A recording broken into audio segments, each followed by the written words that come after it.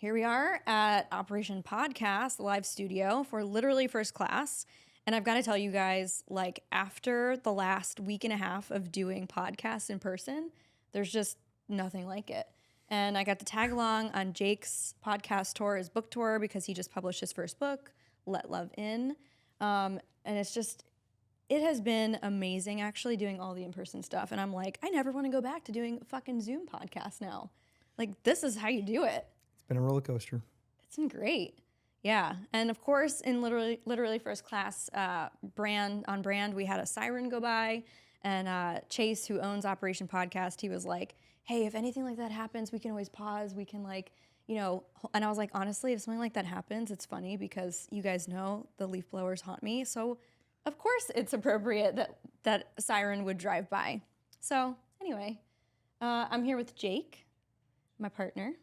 So excited, so proud of you, babe, for all the work that you've been doing. And it's been really cool to step into doing these podcasts live, like I said. So we started in Vegas, right? We're going to talk a little bit about, we're just going to riff. Like, honestly, I want to share some of the reflections that we've had in the past week and a half, 2 weeks, about this podcast tour, about the book, and just things that feel alive for us right now. Yeah, I mean, when we were in Vegas, we did 5 podcasts in 48 hours. It's pretty intense. I don't know what my biggest takeaway would be. I'd have to sit with that for a minute. But suffice to say, the level of connection, the depth of intimacy, conversation, and everything that came up around the book, obviously, and the promotion of the book and how people are connecting with it, what they're resonating with, and how it's impacting them directly has been probably the most impactful thing for me. Actually, something cool that maybe you forgot was you had a moment where you were like, people that I don't even know are tagging me in pictures of holding the book. That's kind of surreal, right? It's wild, to be honest with you, because you never, at least I didn't really think about that when I was writing the book. Of course, I knew that I was writing this to impact people and to positively influence their life, most specifically their growth and healing journey. But you never really think about, like you mentioned, strangers from all over the world reading your book, picking it up, and leaving a review or sending you a message and letting you know just how impactful your words have been for them and how much of a difference it's made. And to see the reviews coming in on Amazon and to not even know who those people are. Of course, you expect your friends and your family to support you to a degree. Yeah, they kind of have to. But to go on to Amazon and to see that people have bought this book in Australia, in Brazil, in India, in China, in Japan, all across Europe, Canada, the US, is incredibly surreal. And it's really surreal to see the reviews come in, of course, after the fact. With people describing just how incredible it's been. I think, and humbly speaking, I don't think we've gotten anything less than a 5-star review, which is kind of wild. Wow, really? Yeah, That's cool. we've only gotten 5-star reviews so far, which, nice. Last time I checked, I think we had a dozen or 2 dozen reviews, but still really good. Yeah. What was the feedback that you read this morning to me? There was a podcast that you were on through our friend Carissa Johnson. Yeah. And we recorded podcasts with Cam McDougall, Ryan Miller of Ignite You, Tori Gordon, who has an amazing studio at the Wynn with Blue Wire. Who else we record with? James Silvis, who is Be That 1% podcast. So just shout out to all those amazing humans. All-star players. Yeah. But yeah, Carissa sent me a message this morning from her video editor, her podcast editor. And he said to her that Jake's episode is what every man needs to hear and is exactly what I needed to hear too. This is a world-class podcast. How did that feel? Surreal.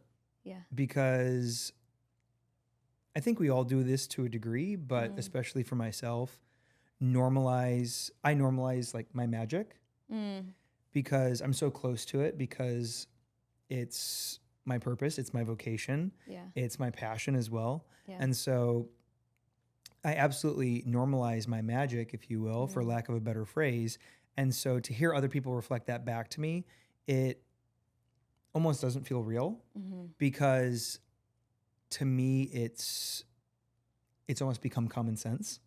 Yeah, At we least, talked about that in Vegas actually with everybody. You know, like we forget that we have done so much work and so much healing, and we are so committed to the ongoing transformation and like really living on the edge. And that was like collectively where we all recognize like, wow, all these leaders in this space, like the one thing we all have in common is we seek out the edge and we seek to go beyond it and to actually know that that's where transformation can only exist and occur. right. And that was really powerful to connect in that space. But we forget that not everyone seeks their edge. And sometimes something that seems like common sense or maybe like 101 knowledge to us is actually like mind blowing for somebody else that's maybe just starting. It is. Yeah. Yeah. And it serves to remind us that simplicity is the highest form of mastery. And while I wouldn't call myself a master, you know, I have been doing this for the better part of a decade now. And so there is a high level of fluency there that when I start to talk about things like you mentioned, it resonates deeply with people who may not be as in depth with this work or as far along in their journey. Right. Which I love because things that you and I have normalized can be absolutely life-changing for people. Yeah. Because whenever they hear something put in a certain way, there can be this fundamental reorientation that occurs because of the paradigm shift that's created as a result of the coaching or the awareness that a podcast episode like this can create. Yeah. We actually had, you know, reflecting on some of the podcasts, it was interesting because we'd be in studio and I'm used to being in front of the camera. And so I had this interesting shift where I'm more in the supporter role for you and really like letting you shine and have the spotlight with the book and celebrate that. And it was interesting to sit with myself in that, if I'm being honest, in the studio. But it was also really cool because I got to observe, I mean, arguably some of the best, most masterful podcast hosts. Like truly, I mean, James Silva stands out to me because you could feel the presence of him and the precision in which he would find one little thread and then pull that through an entire conversation, you know, to highlight you, but also to create this like really dynamic conversation that was occurring in the studio. So that was cool. And then we had, you know, Cam and Ryan of Ignite You, and like you could just feel the work that they've done as the masculine, and they're definitely more of like the spiritual warriors, if you will. And that was just, it was just really cool to witness and be a fly on the wall actually. So it was really rewarding, and I got to see you shine and do your thing. Thanks, babe. Yeah, I mean, it was slightly uncomfortable for me at first because... With me watching? No, not with you watching, but with me being under the spotlight. In studio. It was the first time I've ever done second time I've ever done a podcast in the studio. Way more intimate. Incredibly intimate, but I'm much more comfortable naturally operating in a supporter role. Yeah, and I'm like, where's the camera? Put me in front of it. If you're familiar with the wealth dynamics, I'm a supporter. Yeah. And Keri's a creator star. And so she thrives under the spotlight. Whereas I wouldn't say I'm necessarily ambivalent, but I can take it or leave it. Yeah. And so it's not something that I'm used to. Plus there was like all the cameras, and it kind of brought me back to the days when I was doing creative direction, art direction, you know, on set, producing ads and leading photo shoots, and often wishing that I wanted to be on the other side of the camera. Sure. So I would be behind the camera working with the photographer, art directing the models for, you know, I worked for Skechers and we did all sorts of stuff.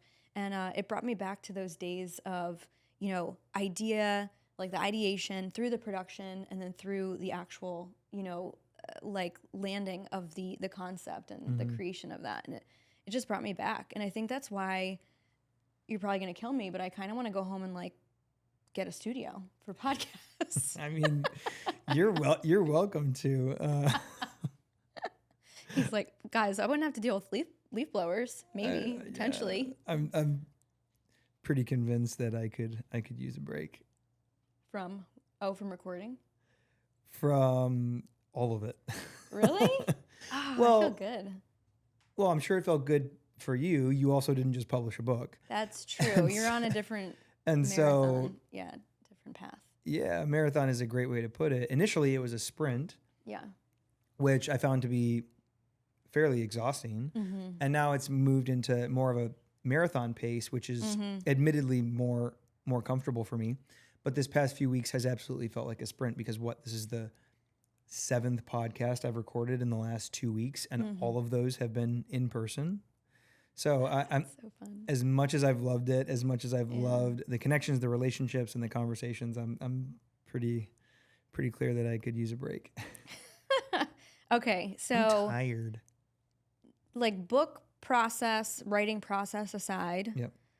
what has been the most easeful and the most challenging parts of the book after it's been like in hand? Sure. Well, you know this because Right. we live together and we're in partnership, but because of my traumatic brain injury a little over a year ago, my system became so used to a very, very slow pace because it needed to, Yeah, because I needed to heal. we're healing. Right. And so I became very, very used to operating at a very slow pace. And so all of a sudden you move into pub week, the week the book is published, and I'm in contact with, all of my various partners, business partners, friends who host podcasts or who have a significant online presence, with my book writing agency. And the amount of communication, the amount of activity, the amount of work overall was incredibly dysregulating because my system isn't used to it and hasn't been used to capacity. it and hasn't been used to it for a while. So, we know this as like somatic resiliency or somatic resilience. Yeah, an expanded window of tolerance, right? Right. And Yeah. so arguably the traumatic brain injury seriously impacted my ability to hold and effectively manage stress, which is something that I'm still working through even now, 16 months after the brain injury. And so pub week was really difficult because of the amount of work involved, the pace involved, and all of the different It was a lot. Yeah, all of the different moving pieces and Yeah. parts, because it's like go, go, go, go, go. Yeah, Like, pre-order, we had to film everyone please share. meditation, right? Filming, half a dozen podcasts a week leading up to the release of the book, and coordinating all of those podcasts to be released on the same week or on the same day for that matter, to really move it up the Amazon rankings, asking people for reviews. So just all the things involved were really dysregulating. So pub week was probably the hardest part for me. The easiest part for me, has been talking about it on podcasts like this. Yeah. Because in many ways, it's a culmination of the last 5+ years of my life coming to fruition, and the collection of wisdom that I've picked up on as a result of my own growth and healing journey, because that's what the book is about, and being able to offer that to other people to invite them into higher levels of growth and greater degrees of abundance, love, connection, etc. Yeah, I was reflecting this morning as we were packing up the mountain home and driving down to Santa Monica here, and I was like, oh my gosh, like in the past, I probably would be sick right now. Like my body would have been silently stressed around the expanded capacity that was required of me to be on. We're doing this up level of in-person podcast. It's much more intimate. I hadn't actually done an in-person podcast like you. I've done probably almost 50 of them as a guest, but they've all been on Zoom. Sure. It's totally different in person. Wait, was the one that we did in Atlanta the first for you in studio as well? Wait, which one in Atlanta? Manfused. Yeah, that was my first one. Yeah, so both of us. At the Burt Show studio. Yeah, the Burt Show. There we go. So that was both of our first. Both of our first in-person podcast episodes. And that was what a full circle moment that was. I actually wrote a post about this, and I want to share this story. Back when I was working at a luxury real estate firm, I was the marketing director, full-time consultant, and I used to listen to the Burt Show, which is like, I think it's played at 25 different stations throughout the Southeast. It's been on the air for like 2 decades. Yeah. I mean, you get to know the people on this show as if you're friends with them, because they would accommodate me to my ride into work. And it was like an hour plus. I was pregnant with my daughter, Tyler, and I was driving, I don't know, it was an hour and a half one way. And so I would listen to the Burt Show. And now fast forward, I'm working for myself, and we're filming in their fucking studio. And I was like, this is just this is just cool. Like, what a pinch me moment. And like, I got to share that with you and my buddy Ben, you know, who I used to work with. It was just like, how did we get here? Yeah, it's pretty wild. It's just been awesome. But yeah, so going back to this morning in my reflections, I 100% after an up level or a space where I would need to be more visible and my body maybe just didn't really read that as, you know, a fundamental baseline of safety potentially, or just silent stress that I didn't pick up on, I would have been sick in the past. Like any time that I had at school, finals, I would like push, go, kind of this sprint energy. And then I would get sick on the back end. Like the minute I relax, the minute I go on vacation, I'm sick. That didn't happen. I feel great. And I was like, checking in with myself. Like, this is definitely a testimony to all the work that I've done too on my nervous system and to expand my somatic capacity to have, hold, and keep more. Yep. So it's kind of funny because I know this work works. And then when you have moments like that, you're like, it really works. Oh my God. Yeah. It's cool. It's cool. I'm. What are you reflecting on right now? Just the journey, everything that's been involved, all that we've done over the past 2 weeks, especially. A lot. It's a lot, yeah. And I am ready to get back to more of the marathon pace that feels more comfortable for me. Yeah. You know, going really slow is become kind of what works best for me. Whereas before, you know, I used to operate from this high performer persona, which was always meant to fall apart. Too many men, arguably most men, who become successful rely upon that persona, and yet it has so many trapped in suffering because they don't know peace. They're constantly pining for more, reaching to go to the next level, but that's fundamentally a trap. More only makes you want more. The next level only makes you want the next level. And so for me, I've become very content with less. I've become very content with going slow and seeking to cultivate peace in my life rather than seeking to increase my profits, for example. Not that there's anything inherently wrong with that. It's just that too many people are doing so at the cost of their peace or at the cost of their lifestyle. I mean, how many clients do you have where you ask them, you know, what are your hobbies? And they can't really even give you an answer. They draw a blank. They're like, oh my God, I don't know. Right. They can't give you an answer because they don't have them. They're so wrapped up in this persona of who they think they need to be in order to be loved, accepted, and successful. They're chasing after success, or they think they're chasing after success, when in reality, in actuality, they're seeking validation and affirmation. They're just doing so unconsciously. So from a somatic perspective, somatic experience of that, because for me, I confused excitement and anxiety for the same thing.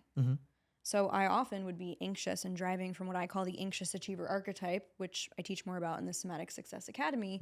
But that archetype would run the show and I wouldn't know it. It would unconsciously have my foot on this gas pedal that I didn't know where it was and I didn't know what was driving the bus.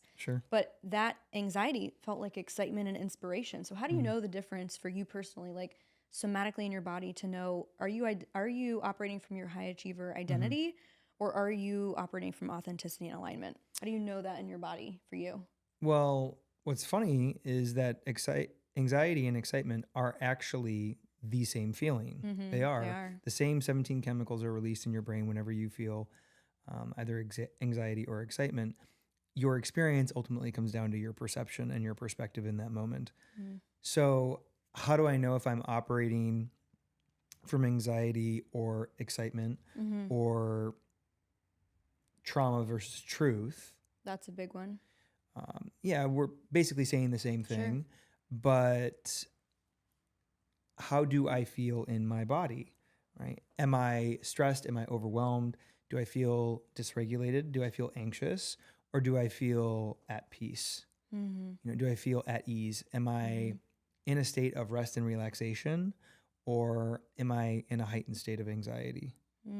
So that's how you know. In many ways, anxiety is an incredible sign that you're performing. And when I mean performing, I mean operating from the space of this persona of who you think you need to be in order to be loved, accepted, and successful, rather than your true authenticity. What comes most naturally to you? What are you drawn to because it's your passion or because it brings you peace? There's so many times though that when I'm working with people, they can't even seem to connect like what is anxiety in their body because it's so normalized, this like chronic sympathetic dominant state, Right. Well, where they're especially in just the used to States. being in fight flight all the time. They're used to going all the time. They're like, well, I'm not stressed, but I just can't sleep. Or I'm not stressed, but oh yeah, I do. I grind my teeth. And I'm not stressed, but I get headaches all the time. Yeah. Yeah. So to your point, stress has become normalized, especially in our culture. Oh yeah. But from a interpersonal perspective, you could even say from a spiritual perspective, when you grow up in that type of society that is bent on performance, that's bent on achievement, accolades, success, the pursuit of power, possession, and prestige, when you're raised in that type of culture, it tees you up for a life of performance. It tees you up to operate from this false identity or this false self that again is geared toward who you think you need to be in order to be loved, accepted, and successful. Well, that creates an inherent pressure cooker because you start to suppress and hide the less than ideal qualities or characteristics about yourself. The And- masks. Right. And then you Yeah. posture and position the ideal qualities and characteristics about yourself. So what does that do? That has you at odds within yourself. Oh, it creates actual separation within Right. self. Most people just are unaware of it. They're unconscious to this reality that they're operating in this identity that is not actually who they authentically are. And it has them anxious, stressed out because they're in a constant state of overcompensation. Yeah. So anxiety is, you could almost say, definitively a sign that you're overcompensating. I love that. And we talked a lot about, and you and I talk about this with each other and with our clients and like kind of the cycle of healing, which is like the constructive, the construction, the deconstruction, and then the reconstruction process, and so why don't we talk about that? Because you went through that with the TBI after you had your seizure and had like your traumatic brain injury. You were forced to face like, I cannot do things the way that I was. And I'm really being invited / forced Sure. Oh, yeah. into breaking up with this high achiever identity and the way in which I operate. Yeah, because for me, busyness it was an unconscious way in which I avoided my anxiety. So I was constantly go, go, go, do. And even though I had healthy boundaries when it came to work, for example, I'm pretty strictly like 9 to 5, 9 to 4. Like I'm not a workaholic, but between that and working out and my various different hobbies, like going golfing, for example, cooking for the family, I was constantly in go mode, in do mode, because I was avoiding my anxiety.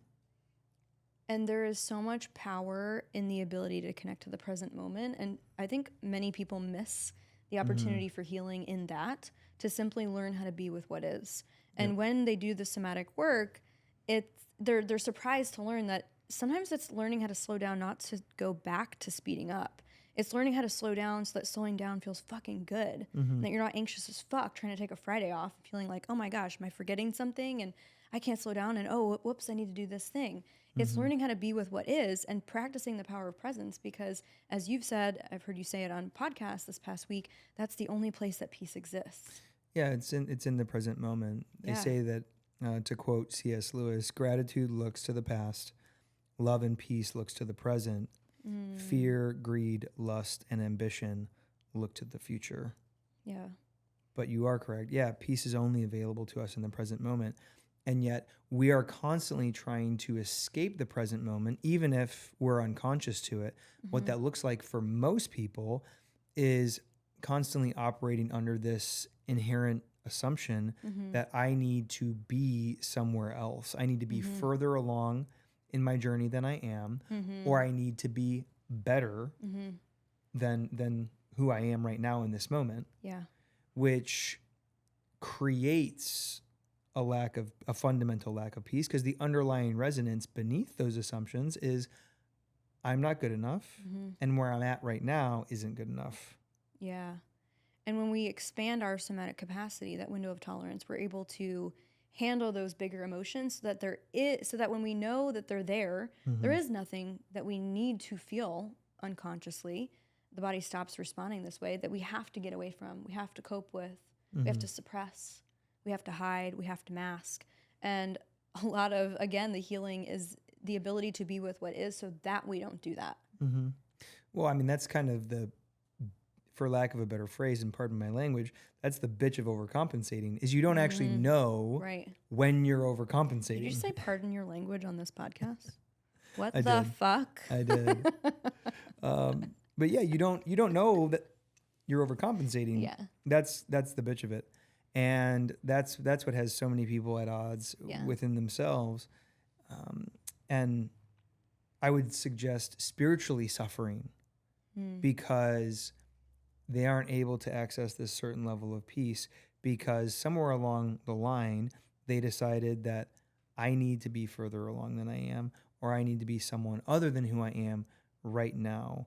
And that's, why I tell my clients all the time, we don't achieve our way to our full potential. We die our way there. True transformation is always predicated on dying to something. And it's much more about unlearning than it is learning, or unbecoming than it is becoming. Oh, yeah. I mean, we both went through that last year. Right. Oh, totally. You with your TBI, me with losing a second company. Whew.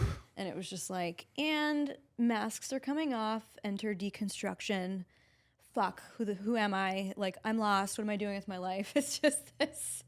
It's the liminal space that Richard Rohr talks about, Kind of a black hole. Yeah, well, transformation only happens in liminal space, where we're restricted, where we're limited, where we're confined, where we're forced to let go of what used to work for us and who we used to be in order to embrace the new. The way that he puts it is that the new always demands the death of the familiar, where the ego hides so well.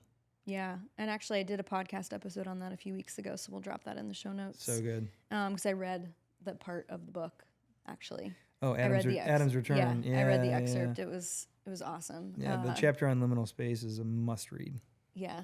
Well, it's comforting to know you're not alone when you feel alone in that, because you're like, am I going crazy? Like, nothing's resonating with me, and yet I don't know where I'm walking to. And there's just a level of uncertainty. And you learn that you being with the uncertainty is the perfect place for the transformation.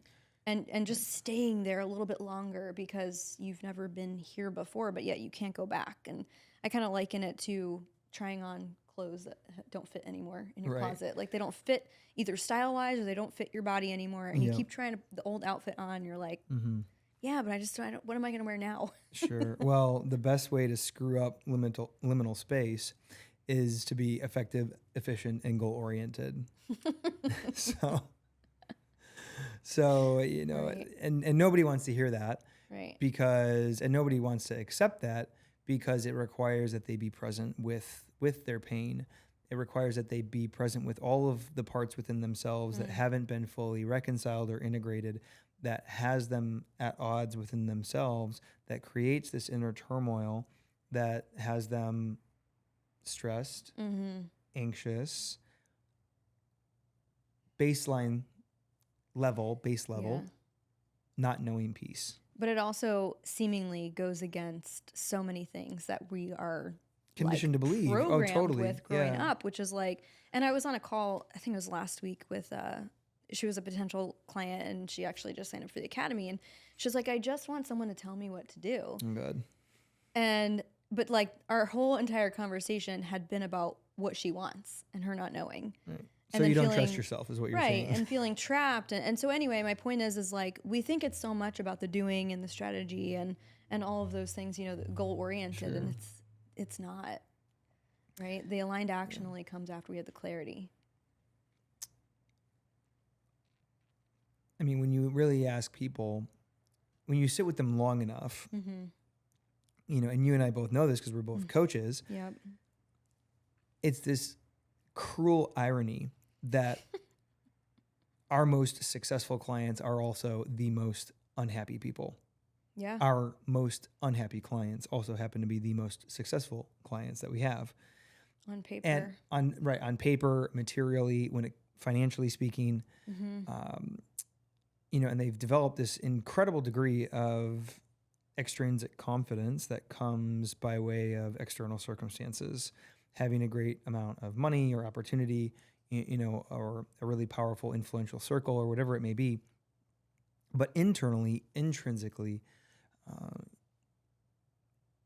they're not at peace, or on some fundamental level, they feel unhappy, unfulfilled, empty.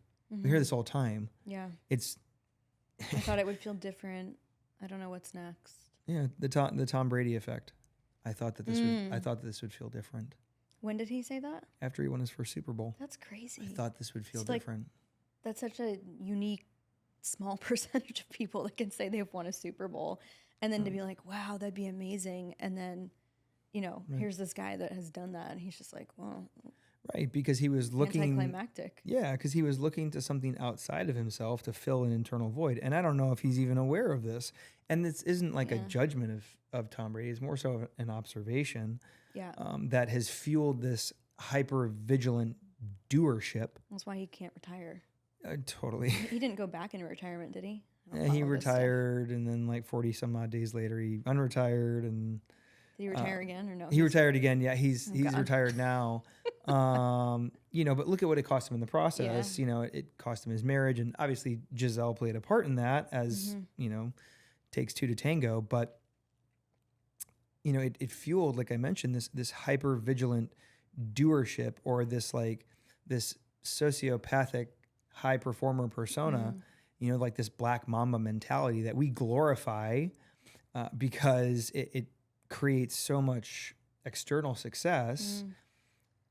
But when you sit down with these people, you find out, and you have a really honest conversation with them. In our case, you have a coaching conversation with them, and you realize very quickly, that this adaptation of their personality to become this high performer who is bent on creating more success or more achievement for themselves. Not that there's anything wrong with that necessarily, but it is fundamentally driven by a need to avoid their pain. Yeah. So this is why, I don't know if you noticed this actually, in the past few weeks, you know, I was speaking to the 1% woman a lot in who I speak to. Yep. And I realized that I was only continuing to drive that message home around the elite, goal-oriented high achiever. And yes, I am speaking to that woman. And yes, I do support, literally, if you look at the financial bracket, the 1% of, you know, entrepreneurs and executives. However, what I realized felt much more aligned and just had much more depth, and it was just multidimensional, is the whole woman leader. Sure. Because I know you and I have had this discussion. I don't think anyone sets out to be rich and unhealthy, or have their health and then have no one to share their life with. Yeah. Like, holistic success is a 360 lens, you know, having it all. And that doesn't even mean the 1% bracket of finance. It means inner peace, fulfillment, connection. Well, yeah. Well, I mean, if you're overcompensating, you're going to be prone to self-sacrifice. Meaning, not self-sacrifice in the terms of, I need to sacrifice certain things, certain behavior patterns, certain indulgences in order to improve myself. Of course, that is true. Self-sacrifice in the way of other areas of your life are going to suffer as a result. Yeah. So you may have the external success, the material financial success, but how are your relationships? Are you actually happy? And we see this all the time. If you look at Anthony Bourdain, Kate Spade, Robin Williams, Anthony Bourdain was the most popular food critic in the world. Robin Williams had won multiple Academy Awards, one of the most beloved actors so ever. sad. Kate Spade was making $50 million a month at the time of her death, and yet all of them committed suicide. So when it came to external success in their respective fields, they were absolutely crushing it. But in the realm of internal peace and fulfillment, they were suffering. Yeah. Yeah. And that's absolutely why, you know, when I speak to the whole woman leader, we talk about peace being the first thing that we're trying to quote unquote achieve. You know, it's peace, profit, and productivity, not at the cost of yourself, because that's not fucking success. No, I mean, if your success is built on the back of self-sacrifice, your success is a lie. Yeah. Yeah. So what's next? What Soak are we that in. What are we getting into this summer? We're going to the beach. We're going to My Florida. birthday. I turned 39. What the hell? We're going to Florida in a little over a week, which I'm super excited about. Actually, I was sitting and I was talking to Jake. I was a couple months ago, and I was like, "Yeah, I'll be 39 this year." And I was like, "Wait a minute, that means next 40. year." Yeah, next year I'll be 40. How did this happen? You know, I remember my mom turning 40. Oh, my word. mom's age. That's wild. That is wild, but slowing down. Yeah. You know, I'm excited to Me too. get back home, sleep in my own bed, play more golf.